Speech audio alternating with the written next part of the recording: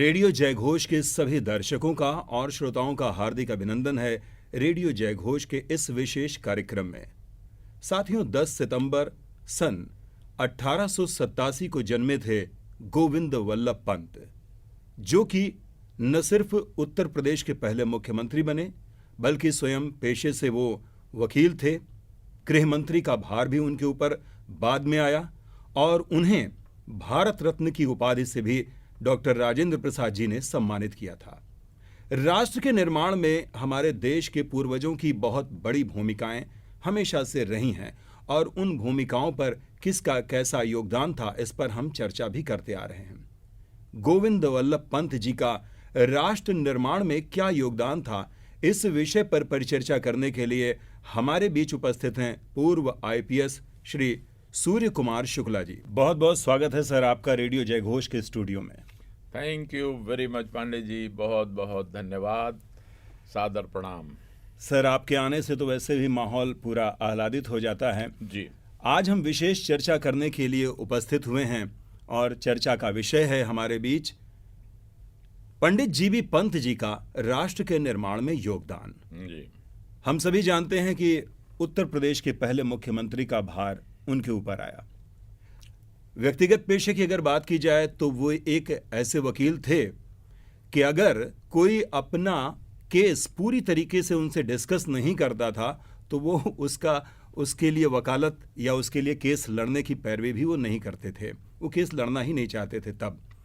यानी कि वकील के सामने केस पूरा डिस्कस होना चाहिए। अब बात करते हैं अपने राष्ट्र के निर्माण के संदर्भ में। जी। तो ये बताइए सर कि राष्ट्र निर्माण में जीबी पंत जी की क्या भूमिका रही? भाई साहब, जब स्मरण आता है गोविंद वल्लभ पंत जी का तो ऐसा लगता है कि वो लोग ही कुछ और माटी के बने थे। विश्वास ही नहीं होता कि इतना बहुआयामी व्यक्तित्व। जी। पता नहीं उनको हम क्या कहें और क्या क्या कहें। क्या कहें और क्या क्या कहें। एक और अत्यंत प्रतिभाशाली छात्र, जी, जिसे अपने पढ़ने के दौरान ही इलाहाबाद विश्वविद्यालय में लॉ की पढ़ाई के दौरान एलएलबी कर रहे थे, उस समय उनको तत्कालीन वायसराय के नाम पर जो बनाया गया था लैंसडाउन गोल्ड मेडल, वो उनको मिला। Lumsden gold medal. जी, जो गवर्नर जनरल लैंसडाउन के नाम पर स्थापित किया गया था। दूसरी तरफ देखें तो ऐसा प्रतिभाशाली वकील, इतना आत्मविश्वासी व्यक्ति कि नैनीताल में जब वो मजिस्ट्रेट के चैम्बर में गए और उन्होंने अपनी राष्ट्रवादी विचारधारा के अनुरूप अपनी बात प्रस्तुत की तो उन्होंने कहा, मिस्टर, मैं तुम्हारी वकालत रोक दूंगा, तुमको आने से मना कर दूंगा। उन्होंने कहा कि मजिस्ट्रेट साहब, आज के बाद मैं आपकी अदालत में नहीं आऊंगा। ऐसा आत्मविश्वास कि बहुत आयाम हैं, बहुत जगहें हैं उनको लीगल प्रैक्टिस करने के लिए। और इतना ही नहीं, ऐसा सहृदय व्यक्तित्व कि जब साहित्य की बात हुई जी, तो गजब के साहित्यकार, नाटककार, उपन्यासकार, कहानीकार। और इतना ही नहीं, जब राजनीति के क्षेत्र में आदमी आता है तो वो व्यक्ति चमक जाता है। 1923 में ही वो विधान परिषद के सदस्य चुन लिए जाते हैं। 23 में ही। और सोचिए उम्र क्या थी उस समय। सन 87 का जन्म है उनका, अल्मोड़ा का। और मात्र 36 साल की उम्र में विधान परिषद में गए और उसके बाद जल्दी ही वो विधानसभा के भी नैनीताल से सदस्य चुन लिए गए। और राजनीति में देखिए क्या व्यक्तित्व, क्या मिलनसार स्वभाव था कि सन 1937 में जब लोकल सेल्फ गवर्नमेंट की जो स्कीम ब्रिटिशर्स ने दिया, उसमें सन 1937 में ही वो यूनाइटेड प्रोविंस के मुख्यमंत्री बन गए। उस समय यूनाइटेड प्रोविंस के नहीं, अब वो सोचिए वो कहाँ, यूनाइटेड प्रोविंस आगरा एवं अवध, आगरा एंड अवध, पूरा वर्तमान उत्तर प्रदेश। और कहते हैं ना, कुछ लोग आते हैं तो इतिहास बना जाते हैं। इतिहास बना वो ही व्यक्ति थे जिन्होंने यूनाइटेड प्रोविंस का नाम था, 60 में यूपी था, उसको उन्होंने उत्तर प्रदेश, ओहो, यूनाइटेड उन्होंने प्रोविंस नाम यानी बदल दिया उत्तर प्रदेश किया। लेकिन सत्ता से मोह एक रत्ती नहीं। सन 39 में जैसे ही ब्रिटिश सरकार से टकराव की स्थिति उत्पन्न हुई और कांग्रेस ने उनकी खिलाफत शुरू की अंग्रेजों की, वैसे ही उन्होंने इस्तीफा दे दिया सन 39 में। लेकिन ऐसा व्यक्तित्व की जैसे किनारे नहीं किया जा सकता। जैसे ही 1946 में दोबारा राजनीतिक प्रक्रिया प्रारंभ हुई, वो फिर से 1946 में मुख्यमंत्री चुन लिए गए और 1955 तक लगातार मुख्यमंत्री रहे उत्तर प्रदेश के जी। और इतना ही नहीं, जैसे ही सरदार पटेल की मृत्यु हुई तो कोई दूसरा व्यक्ति नहीं नजर आया। वो भारत के गृह मंत्री बने सन 1955 में और 1961 अपने मृत्यु होने तक लगातार वो भारत के गृह मंत्री रहे, लगातार गृह मंत्री रहे। और अगर बात करें कि आंदोलनकारी व्यक्तित्व, तो आंदोलनकारी व्यक्तित्व के रूप में जब साइमन कमीशन भारत आया 1935 में, तो उस समय वो लाठी चार्ज में आगे सब लोगों को लेकर, याद करिए उस समय लाला लाजपत राय, पंडित जवाहरलाल नेहरू के साथ ऐसी चोट लगी उनको कि गर्दन में उनको हरदम के लिए टेक्निकल डिफेक्ट आ गया, गर्दन टेढ़ी हो गई। लेकिन ये महानता देखिए, मैं उन आईएएस आईसीएस अफसरों को जानता हूं, जब वो मुख्यमंत्री बने तो बड़ा डरे हुए रहते थे कि अब तो वो हमको बदला लेंगे। तो उन्होंने क्या कहा, उस समय के अधिकारी जो लखनऊ में तैनात थे जब लाठीचार्ज हुआ था, जब उनके सामने आए, जब वो मुख्यमंत्री बन गए, तो उन्होंने कहा वो आपका कर्तव्य था, आपने अंग्रेज अधिकारियों के आदेश पर लाठीचार्ज किया था। बिल्कुल, मेरे मन में रंच मात्र भी आपके प्रति द्वेष नहीं है। इतना ही नहीं, समाज सेवा के क्षेत्र देखूं तो उसमें गजब की बात, कुमायूं परिषद का गठन उन्होंने सन 1920 में ही कर दिया, लोगों के कल्याण के लिए, जन कल्याण हेतु। और 1929 में जब गांधी जी का आंदोलन चला चरखे का, तो उन्होंने चरखा संघ बनाया, चरखा संघ, और काशीपुर में, नैनीताल में, सब जगह घूम घूम कर भारत को आत्मनिर्भर बनाने के लिए चरखे का प्रयोग और प्रचार प्रसार बहुत जरूरी है, ये बोल के। और गरीबों का हिमायती अगर देखें तो इतना गजब का व्यक्तित्व, कहते हैं कि उन्होंने किसानों की पीड़ा को देखकर अंग्रेजों के खिलाफ 1934 में आंदोलन चला दिया कि लैंड रेवेन्यू कम होना चाहिए, लगान बहुत पड़ता है, किसान मरा जा रहा है। इतना ही नहीं, पीछे नहीं हटते थे।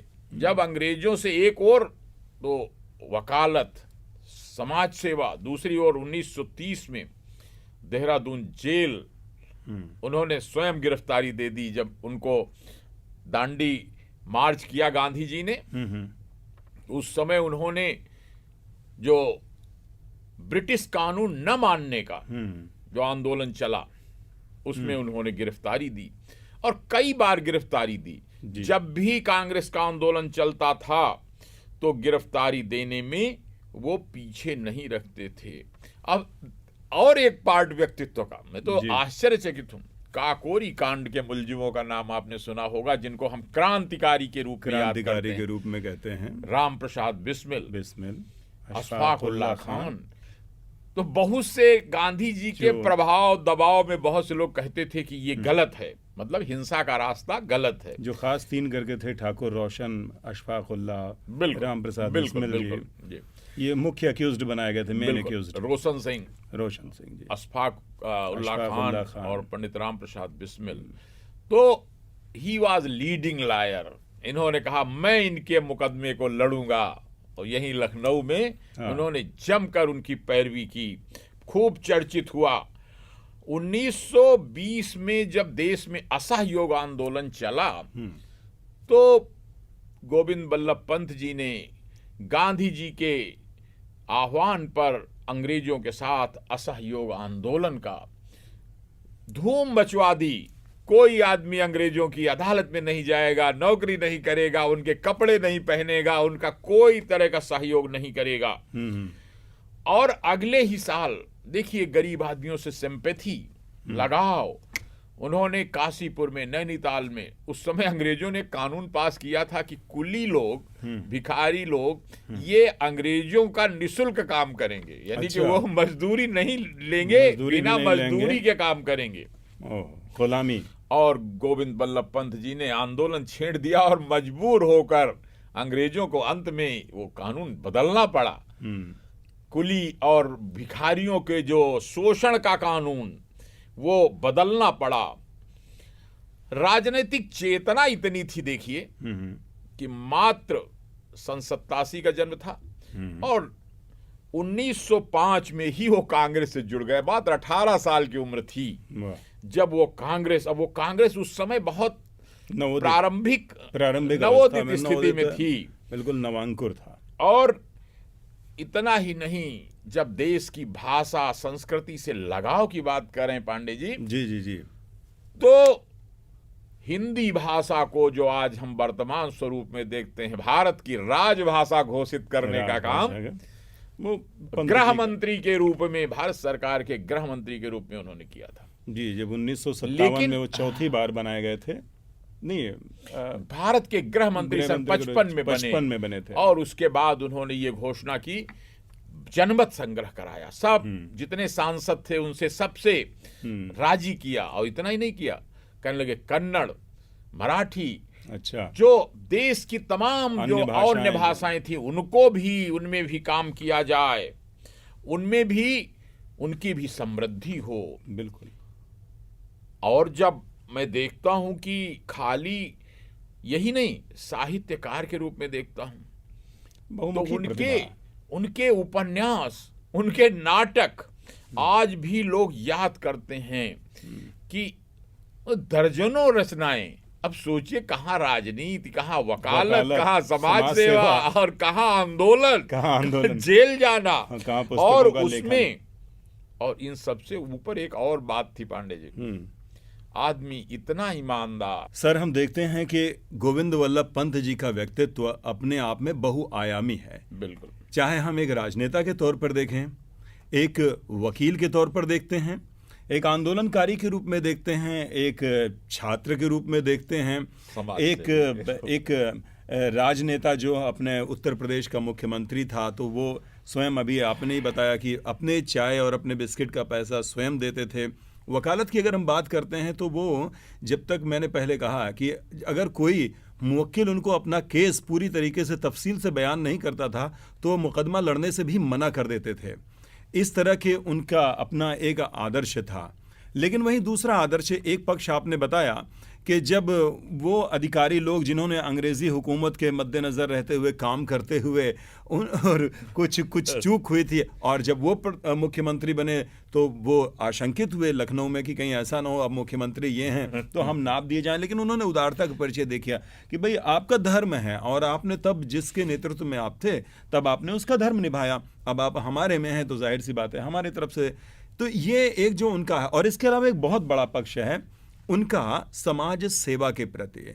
उन्होंने काशीपुर में और रानीखेत में रह करके प्रेम सभा नाम की एक संस्था का गठन किया, जिसका मुख्य मकसद यही था कि हम अपनी शिक्षा नीति शुरू करें, अपनी तरह से बच्चों को पढ़ाएं, हमारी जो जड़ें, हमारी जो संस्कृत है उसको हम बल दें। और उसका परिणाम भी देखिए क्या हुआ कि अंग्रेजों ने जो ब्रिटिश स्कूल थे उसका बोरिया बिस्तर लपेट करके उन्हें काशीपुर से निकल जाना पड़ा। बिल्कुल। तो राष्ट्र निर्माण में अगर देखा जाए तो उनके योगदान में हर पहलू में कहीं ना कहीं उनके हर कर्म में राष्ट्र निर्माण का एक भाव छिपा रहता था। बहुत आश्चर्य होता है कि अपने व्यक्तित्व में उन्होंने कितनी बातें समाहित कर रखी थीं। एक और पंडित नेहरू से उनका बड़ा घनिष्ठ संबंध कि जैसे ही पटेल जी की मृत्यु होती है तो उनको गृह मंत्री के रूप में उत्तर प्रदेश से बुला लिया जाता है। यानी उत्तर प्रदेश में मुख्यमंत्री हैं, उत्तर वहां प्रदेश से सीधा गृह मंत्री बना के और आजीवन सन 1961 तक वो गृह मंत्री आजीवन रहे, टिल डेथ वो मुख्यमंत्री। कितना प्रबल राजयोग रहा होगा।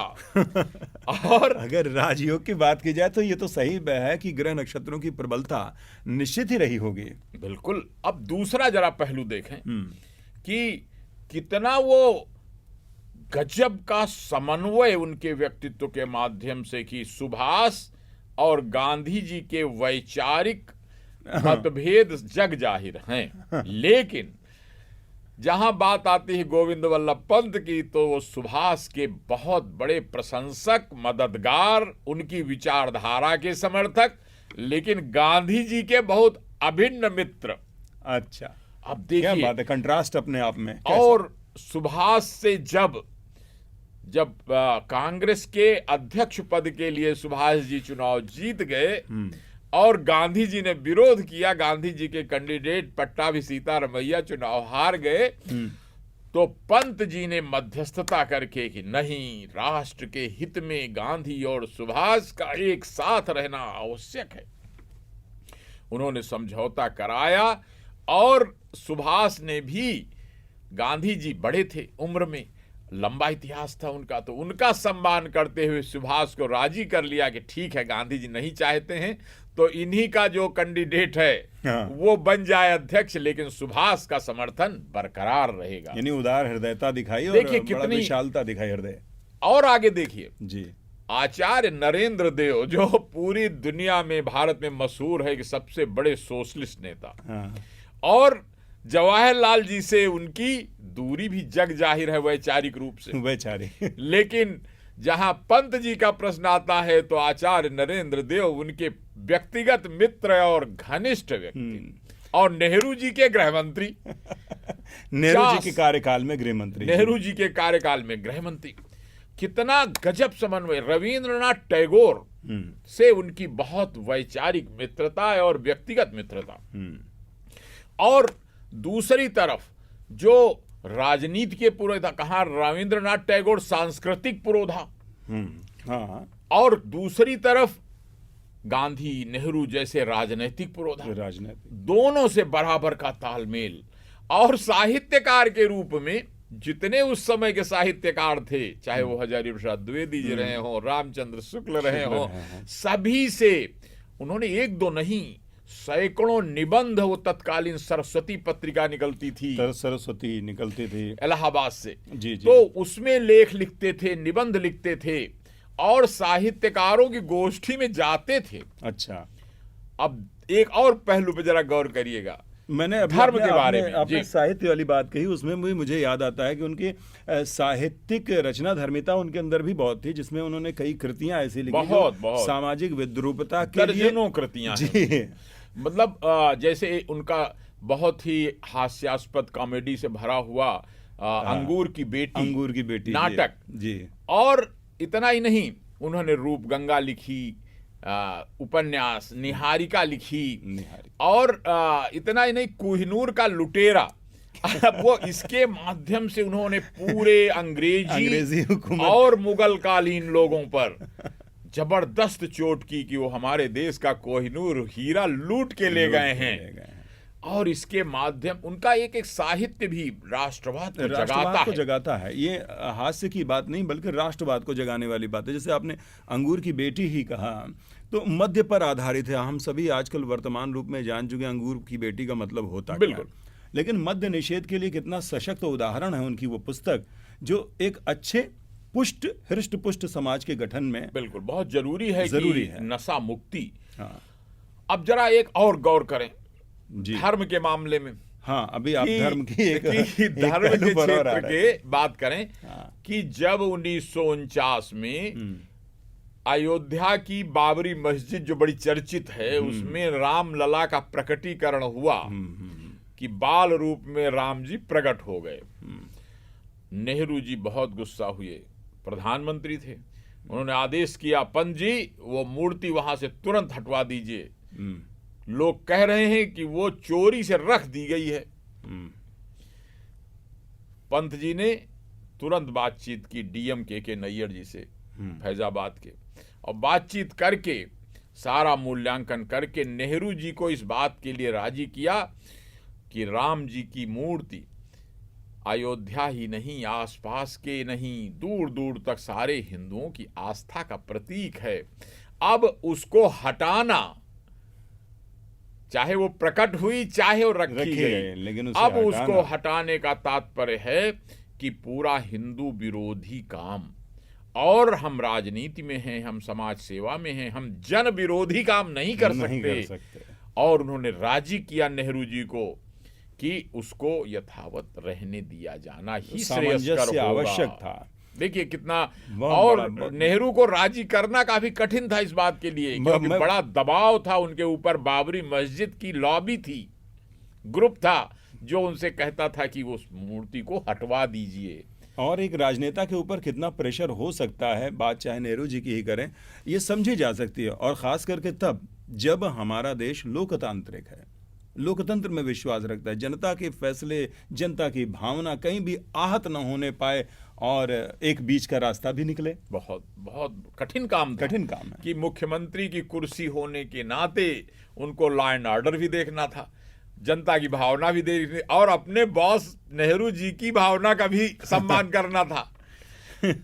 कठिन काम था, लेकिन उन्होंने सफलतापूर्वक। अब आप और जरा गौर करिएगा, मुझे लगता है कि उनके व्यक्तित्व में कहीं ना कहीं एक समाज सुधारक छिपा हुआ था। जैसे ही वो गृह मंत्री बने तो आपको याद होगा सन 1955 का हिंदू कोड बिल। उस समय भारत की महिलाओं की स्थिति बहुत ही कमजोर, दयनीय थी, शिक्षा में भी बहुत पिछड़ी हुई थी, और उनकी प्रॉपर्टी के राइट्स, और वो उस समय तक ये भी व्यवस्था नहीं थी, याद हो, वो बंधन में बंधी हुई थी कि एक बार शादी हो जाए तो फिर हिंदू औरत अलग नहीं हो सकती, उसकी प्रॉपर्टी राइट नहीं। याद करिए, वो भावना थी हमारे धर्म में कि जैसे हमारी संपत्ति गाय बैल घर होते हैं, उसी तरह स्त्री भी हमारी संपत्ति है। ये हमारा पारंपरिक, हमारी संस्कृति का अंग था, ऐसा चला आ रहा था। और कुरीतियां थी जिन्हें दूर करने का प्रयास, और उन्होंने हिंदू कोड बिल लाकर भारत की महिलाओं को शिक्षा के क्षेत्र में, प्रॉपर्टी के क्षेत्र में, कि अगर आप चाहेंगी तो आपको माँ बाप की संपत्ति में बराबर का हक मिलेगा, आप अगर चाहेंगी कि अलग होना है तो कोई पति बांध के आपको नहीं रख सकता, आपको तलाक का हक रहेगा। ये कहकर उन्होंने पूरा भारतीय महिला जगत को एक नया जीवन प्रदान कर दिया। और इससे न सिर्फ भारतीय महिलाओं को, बल्कि हमें लगता है कि विश्व की जितनी भी महिला जनसंख्या है, उनको एक संदेश गया होगा कि हमारे भी राइट्स हैं, हम भी पिता के संपत्ति के अधिकारी हो सकते हैं, हम जीव जंतु या गाय बैल तो नहीं है। बिल्कुल, ये संदेश गया।